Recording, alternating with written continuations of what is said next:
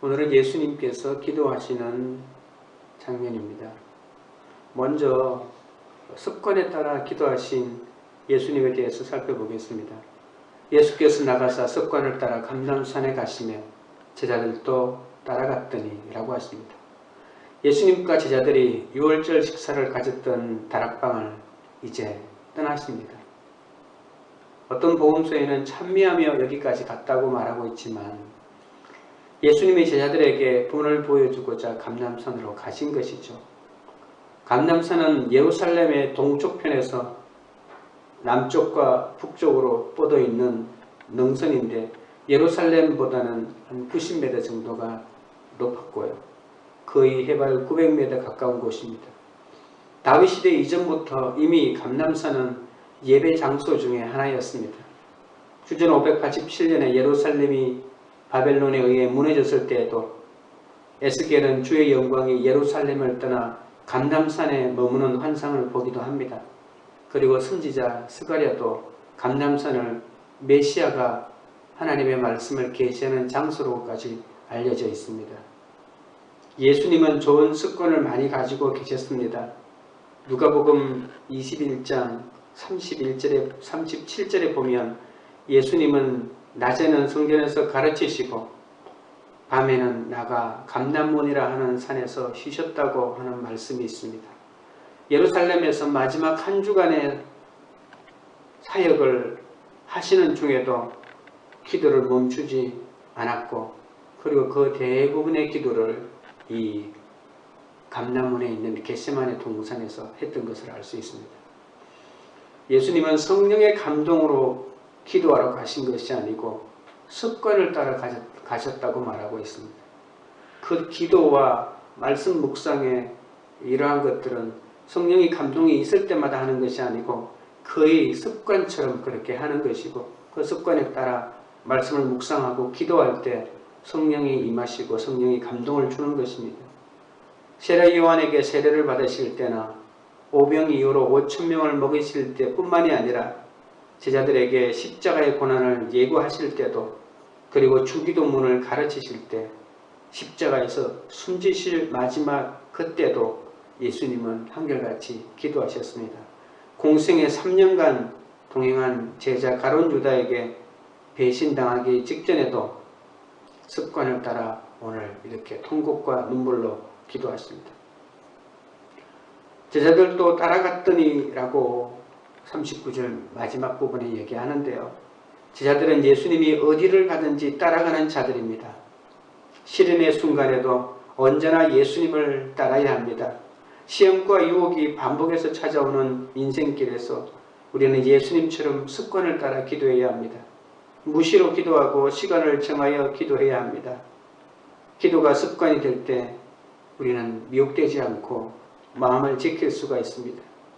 특별히 우리가 가져야 하는 습관 가운데 하나가 바로 예배드리는 습관, 큐티하는 습관, 기도하는 이러한 경건의 습관이 있어야 합니다. 날마다 말씀을 묵상할 때 말씀이 들리는 건강한 구조가 형성됩니다. 우리가 믿음에 선한 싸움을 싸우고 승리하려면 이 거룩한 습관이 우리에게 있어야 합니다. 적용 질문입니다. 매일 아침 하루를 시작할 때 습관을 따라 말씀을 묵상하고 기도합니까? 무시로 기도한다고 합리화하며 시간을 정해서 하는 기도를 게을리하지는 않습니까? 유혹을 받을 때 기도하기보다 사람을 찾아다니지는 않습니까? 둘째로 유혹에 빠지지 않게 기도하라 하신 부분을 살펴보겠습니다. 40절에 그곳에 이르러 그들에게 이르시되 유혹에 빠지지 않게 기도하라 하시고 예수님이 도착하신 곳은 겟세마네 동산입니다. 오늘 본문에는 명칭을 말하지 않고 그곳에 이르러라고 하는 것은 그곳이 너무나도 그들에게는 익숙한 곳이기 때문에 그랬습니다. 예수님은 모든 제자에게 익숙한 감람산 겟세마네라는 동산에 가신 이유는 무엇일까요? 조금 전에 배신한 가룟 유다가 모르는 비밀 장소로 가셔야 하지 않습니까? 이미 핵심 내부인이 고발하기 위해서 그 공동체를 뛰쳐나왔기 때문에 군사를 못 끌고 분명히 잡으러 옵니다. 그렇다면 그 가룟 유다가 모르는 특별한 장소에 다시 가야 되는데 가룟 유다가 이미 너무나도 잘 알고 있는 그 장소에 그대로 예수님이 가셨다고 하는 것은 예수님이 가룟 유다를 피할 생각이 전혀 없다는 것을 알 수 있습니다. 예수님은 하나님의 시험을 피하게 해주신다고 하지 않았습니다. 베드로에게 사탄이 밀가부르듯 하는 것을 알리는 것은 시험을 받지 않게 해달라고 하는 것이 아니라 시험을 당해도 믿음을 잃어버리지 않도록 해달라고 강구하는 것이죠. 그러니까 믿음이 약해지지 않도록 기도하기 위해서 베드로에게 지금 사탄이 너를 밀가부르듯 하고 있다고 이렇게 말해 주신 것이죠. 제자들은 아무리 믿음을 놓칠 수밖에 없는 환경이 와도 끝까지 환경에 지지 말아야 합니다. 날마다 깨어있지 않으면 유혹에 빠지고 시험에 듭니다. 그래도 우리는 여전한 방식으로 다시 말씀을 묵상하고 그리고 기도의 자리에 나아가야 시험에 들지 않고 주님이 가시는 곳마다 따라갈 수가 있습니다. 41절에 그들을 떠나 돌 던질 만큼 가서 무릎을 꿇고 기도하며, 돌 던질 만큼은 서로의 음성을 들을 수 있는 가까운 거리입니다. 예수님이 이 정도 간격을 두신 이유는 제자들이 앞으로 당하게 될 시련과 유혹을 놓고 중보하시는 소리를 제자들이 듣고 깨어있게 하시려고 그랬던 것입니다. 유대인들은 일반적으로 서서 기도했고 때때로 두 손을 들고 기도하기도 합니다. 그러나 무릎을 꿇고 기도하는 것은 격렬하게 단언하는 동작입니다. 기도하다는 미완료 과거 시제로 과거에 시작했던 어떤 일이 아직도 끝나지 않고 계속되고 있다는 것을 말합니다. 오랜 시간 동안 기도했다는 것을 보여줍니다. 주님은 제자들이 기도하지 못하리라는 것을 아셨기 때문에 입구에 앉아 있게 하시고 수제자 베드로와 요한은 좀 더 가까운 곳으로 데려갔습니다. 베드로는 너무 불같고 야고보와 요한은 우리의 아들들입니다. 성격만 보면 12 중 가장 문제가 많은 제자입니다. 주님의 도움이 없으면 안 될 것 같으니까 수제자가 됐던 것이죠. 유다는 학벌도 좋고 너무 똑똑해서 도움이 필요 없습니다. 우리는 주님이 약할수록 귀히 여기고 그래서 수제자가 된다고 생각해야 합니다. 함께 가서 기도하지만 예수님은 또 홀로 기도해야 합니다. 인류 구원을 위해 십자가 지러 가시는 길에 제자들을 데려가지만 그런데도 예수님을 위해서 기도해 줄 사람이 아무도 없습니다. 인생은 이렇게 외로운 것입니다. 나는 지금 죽음의 길을 가는데 제자들은 그것을 알지도 못하고 함께 기도해 주시지도 못합니다. 주님은 갑자기 슬퍼하고 고민하셨습니다. 마가복음과 마태복음에는 그러한 예수님의 심정을 좀 더 적나라하게 말하고 있는데 내가 지금 고민하여 죽게 되었다고까지 말씀하십니다. 소외감을 느끼시는 것이죠. 제사장과 서기관들은 죽이려 들고 제자는 스승을 팔아넘겨 그 모함에 적극적으로 가담하고 세상에 내 편이 아무도 없습니다. 그런데 십자가를 지는 것은 이것을 모르기 때문에 가는 것이 아니고 이것을 알고 가는 것입니다. 십자가를 지는 것 자체가 억울한 것이죠. 어떻게 보면 나만 죽으러 가는 것 같습니다. 주님은 육체에 계실 때에 자기를 죽음에서 능히 구하실 이에게 심한 통곡과 눈물로 간구와 소원을 올렸고 그의 경건하심으로 말미암아 들으심을 얻었다고 히브리서 5장 7절에 말하고 있습니다. 주님이 나와 같이 인성을 가지시고 외로움을 느끼셨기에 우리에게 위로가 됩니다. 기도는 이렇게 솔직해야 하는 겁니다. 47절에 42절입니다. 42절에 이르시되 아버지여 만일 아버지의 뜻이거든 이 잔을 내게서 옮기시옵소서. 그러나 내 원대로 마시옵고 아버지의 원대로 되기를 원하나이다 하시니 유대인들은 하나님을 아버지라고 부르며 기도하지 않습니다. 그런데 예수님은 그의 모든 기도에 하나님을 아버지라고 부릅니다. 심지어 대담하게 아빠라고 부르기도 합니다. 예수님은 우주의 신에게 기도하는 것이 아니라 아버지에게 기도하고 계십니다.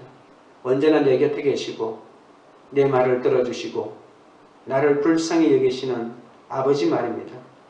가장 외롭고 힘든 순간에 예수님은 아버지께 기도로 호소하고 계십니다. 만일 아버지의 뜻이거든은 하나님께서 영원한 주권자이시며 구속하시는 분이심을 고백하는 것입니다. 잔을 옮겨달라고 하시는데 이 잔은 좋은 것이든 나쁜 것이든 지금 나에게 준비된 것입니다. 지금 주님 앞에 놓인 것은 뭘까요? 바로 고통으로 겪어야 하는 죽음입니다. 이 잔을 내게서 옮기시옵소서. 하나님의 뜻에 대해 인간의 뜻을 격렬하게 호소하는 사람의 기도입니다. 예수님도 이런 사람의 기도를 올리셨다고 하는 것이 얼마나 우리가 위로가 되는지 모릅니다. 이 잔을 내게서 옮기시옵소서. 이 기도는 믿음이란 무엇인지를 잘 보여줍니다. 믿음이란 인간의 뜻과 반대되는 요구를 하시는 하나님의 뜻에 복종하기 위한 투쟁이라는 사실입니다. 여러분, 하나님의 뜻이 힘들지만 그 힘든 하나님의 뜻을 내가 순종하기 위해서 내 뜻을 가지고 기도하다 보면 내 것이 꺾어지고 결국 하나님의 뜻이 세워지는 것이죠.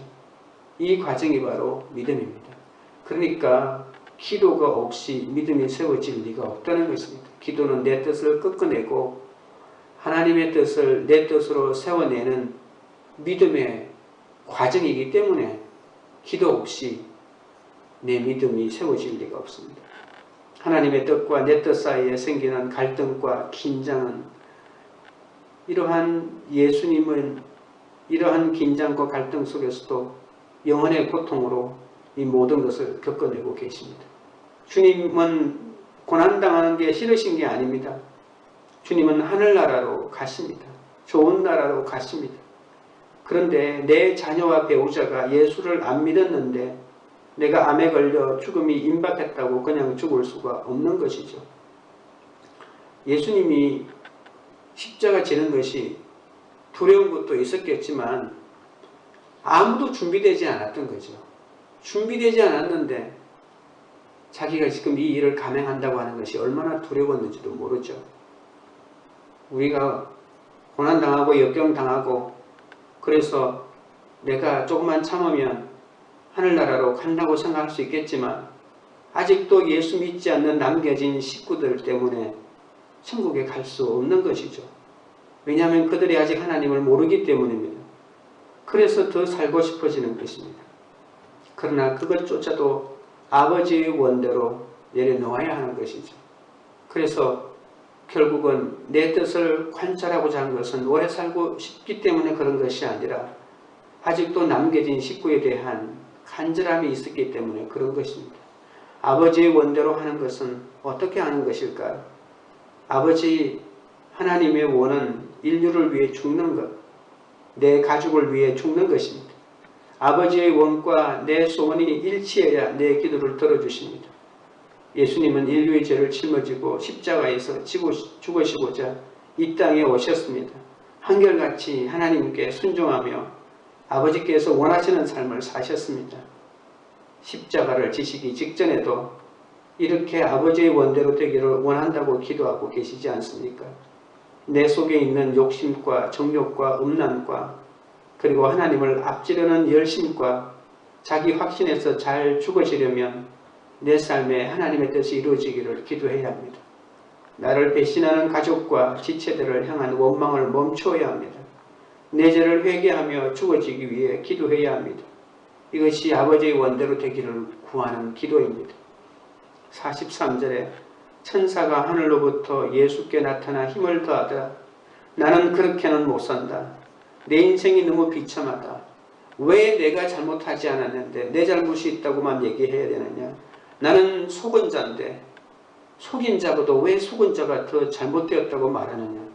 그렇게 할 수 없다라고 이렇게 발부둥을 칠 수 있습니다만 이런 이 고뇌의 소용돌이 속에서도 나를 포기하는 기도를 할 때 그때 천사가 도와주십니다. 내 힘으로 끝까지 내 확신으로 발부둥 치고 살겠다고 할 때는 어떤 천사도 도와주지 않지만 내 뜻을 끊고 고난의 소용돌이 속에서 하나님의 뜻을 내 뜻으로 삼고자 할 때 그때 비로소 천사가 도와준다는 것입니다. 천사는 예수님을 구출하거나 시험을 면하게 하기 위하여 도와주는 것이 아닙니다. 시험을 받는 예수님에게 힘을 더하기 위해 온 것입니다. 이 세상의 어떤 고통도 지금 예수님이 당하는 고통과 견줄 수 없습니다. 예수님은 극심한 고뇌를 겪으시면서도 많은 사람의 죄를 담당하며 범죄자를 위하여 기도하고 계시다고 하는 이사야 53장 12절을 지금 성취하고 계십니다. 하나님은 우리가 땀이 핏방울이 될 때까지 기도하며 주님의 뜻을 구할 때 우리에게 돕는 천사를 보내주신다는 것을 알아야 합니다. 적용 질문입니다. 기도하기를 방해하는 유혹은 무엇입니까? 오늘 내가 깨어서 기도해야 할 일은 무엇입니까? 내 기도의 내용은 하나님의 뜻이 이루어지는 것입니까? 내 욕심이 이루어지는 것입니까? 아버지의 원대로 되기를 기도할 때 돕는 천사를 보내주심을 믿습니까? 셋째로 시험에 들지 않게 하라고 하는 부분입니다. 44절에 예수께서 힘쓰고 애써 더 간절히 기도하시니 땀이 땅에 떨어지는 핏방울같이 되더라. 겟세마네라고 하는 이 단어의 뜻이 기름을 짜는 기계라는 뜻입니다. 이 기름은 올리브 기름을 말하는 거겠죠.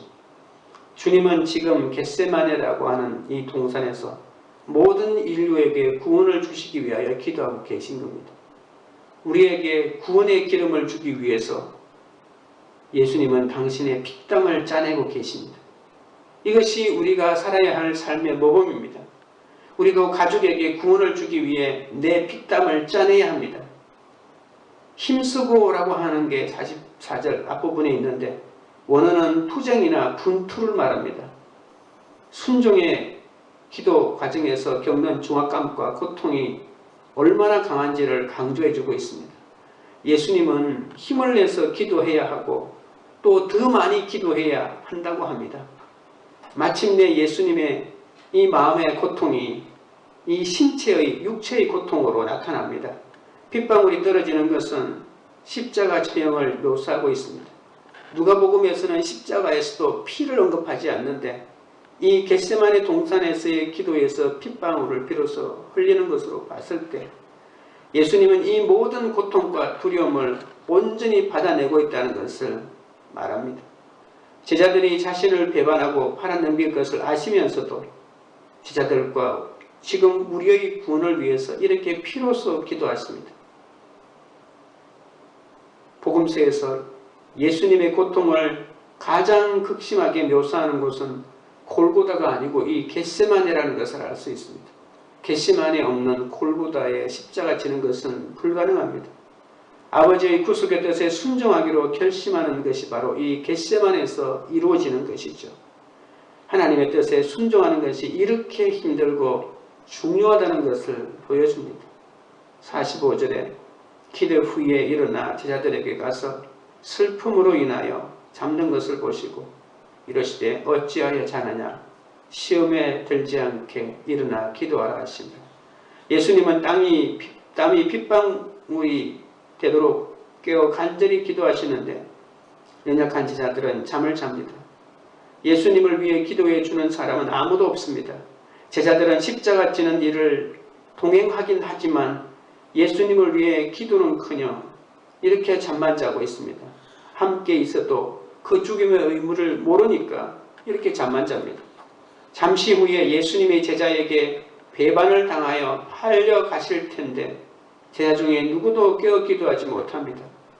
자기 십자가를 지고 가는 지체를 위해 깨어 기도할 때 유혹과 시험에서 나를 지킬 수 있음을 알아야 하는데 우리는 한 치 앞도 내다볼 수 없는 인생입니다.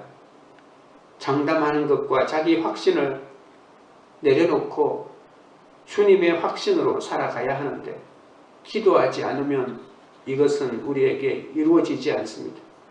예수님께 훈련을 받았음에도 육신이 약한 것을 주님이 아십니다. 우리는 헌금도 전도도 안 하면서 모두 천국에 가기를 원합니다.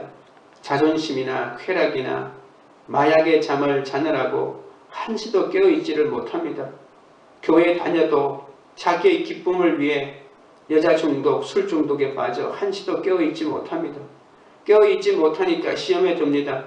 기도해야 하는데 육신이 약하다고만 합니다. 제자들이 말로는 사랑한다면서 암으로 죽으러 가는 예수님을 위해 기도하지 않습니다.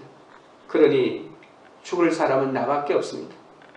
우리가 사랑한다면 기도할 수밖에 없는데 중독에 빠진 식구를 대표해서 죽을 사람은 나밖에 없고 바람 피운 사람을 위하여 죽을 사람도 나밖에 없고 물질에 고통당하는 식구를 위하여 죽어야 될 사람도 나밖에 없기 때문에 이렇게 기도는 주님이 하는데 제자들이 더 피곤하다는 사실을 알 수 있습니다. 주님은 제자들이 잠들어 있어도 여전히 동일한 말씀으로 기도하시고 여전한 방식으로 기도하시는 모습을 볼 수 있습니다. 누가복음에는 반복해서 기도했다는 것이 나오지 않지만 마태와 마가복음에서는 예수님께서 똑같은 기도를 반복해서 3번이나 이렇게 했다는 것을 알 수 있습니다. 날마다 깨어있지 못해서 시험에 들어도 교회 오고 기도하고 큐티하고 말씀 보고 동일한 말씀으로 기도하는 것이 최고의 처방입니다. 늘 말씀이 들리는 구조 속에 있는 것이 얼마나 중요한지 모릅니다. 누가는 다른 복음서와 달리 제자들이 기도하지 못하는 이유가 제자들의 슬픔 때문이라고 제자들 편을 드는 언급을 합니다. 예수님은 제자들의 슬픔과 탈진을 안다고 했습니다. 슬픔은 사람의 기력을 쇠하게 만들어 버리니까 슬픔이 있는 사람은 기도할 수 없습니다. 지금 여러분 가운데 슬픔에 빠진 분들이 계십니까? 기도하는 것도 나 혼자는 못합니다. 슬픔을 제거하면서 기도해야 되니까 슬픔을 함께 나눠줄 수 있는 공동체가 있어야 되고 우리들이 있어야만 기도도 가능한 것이죠. 그러니까 기도는 나 혼자 하는 것이 아니고 함께 기도하는 것임을 알아야 합니다. 베드로는 깨어 기도하지 않았기에 예수님을 잡으러 온 대제사장 종의 귀를 칼로 베고 3번이나 예수님을 부인하게 되었습니다.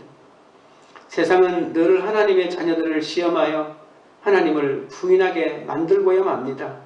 은 30도 되지 않는 유혹으로 예배를 타협하고 예수님을 팔아넘기게 만듭니다. 우리는 내 육신의 연약함을 합리화하지 않아야 합니다. 슬픔은 이겨야 합니다.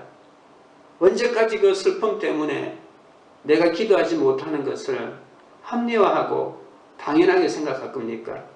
그 슬픔이 나에게만 있는 건 줄 아십니까? 내 슬픔만이 세상에 유일한 건 줄 아십니까? 예수님은 어디 슬퍼하지 못해서 이렇게 슬픔에 잠겨 기도하지 않고 기도하셨습니까? 슬픔도 이겨야 합니다.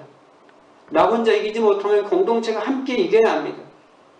정욕의 잠에서 깨어 기도하게 되기를 주님의 이름으로 축원드립니다.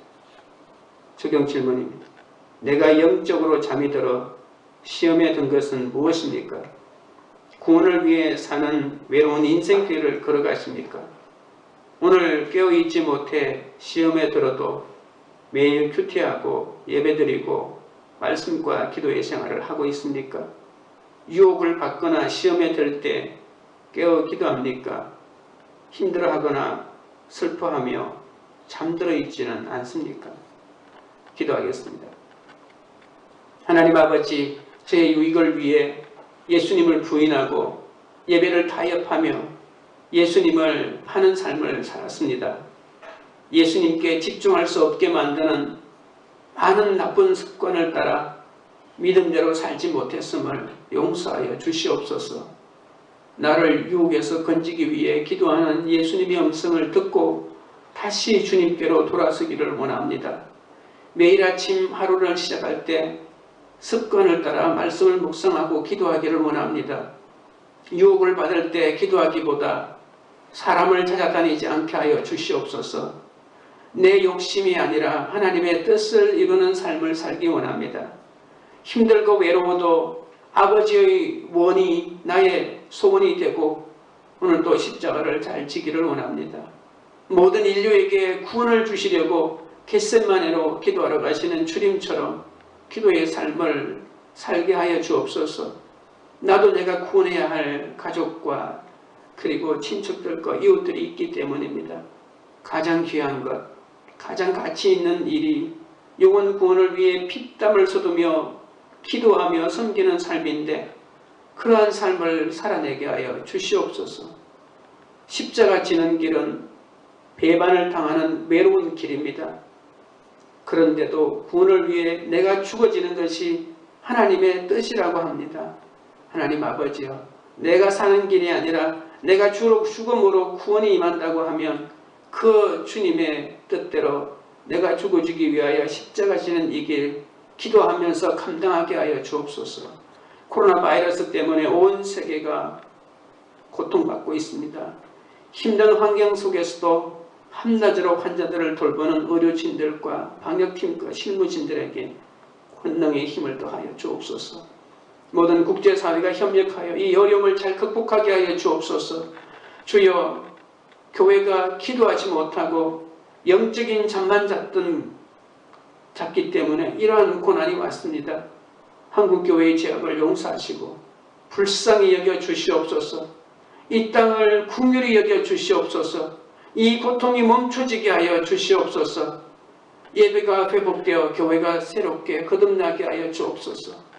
모든 믿는 가정이 습관을 따라 가정 예배를 드림으로 세상의 온갖 유혹에 빠지지 않도록 우리의 자녀들을 지켜주옵소서.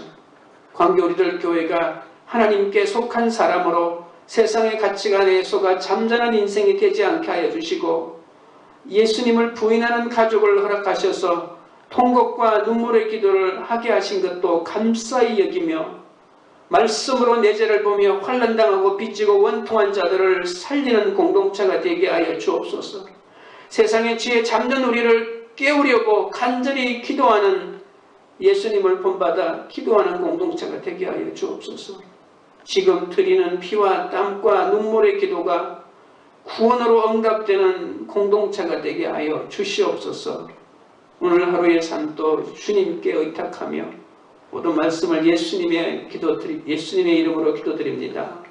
아멘.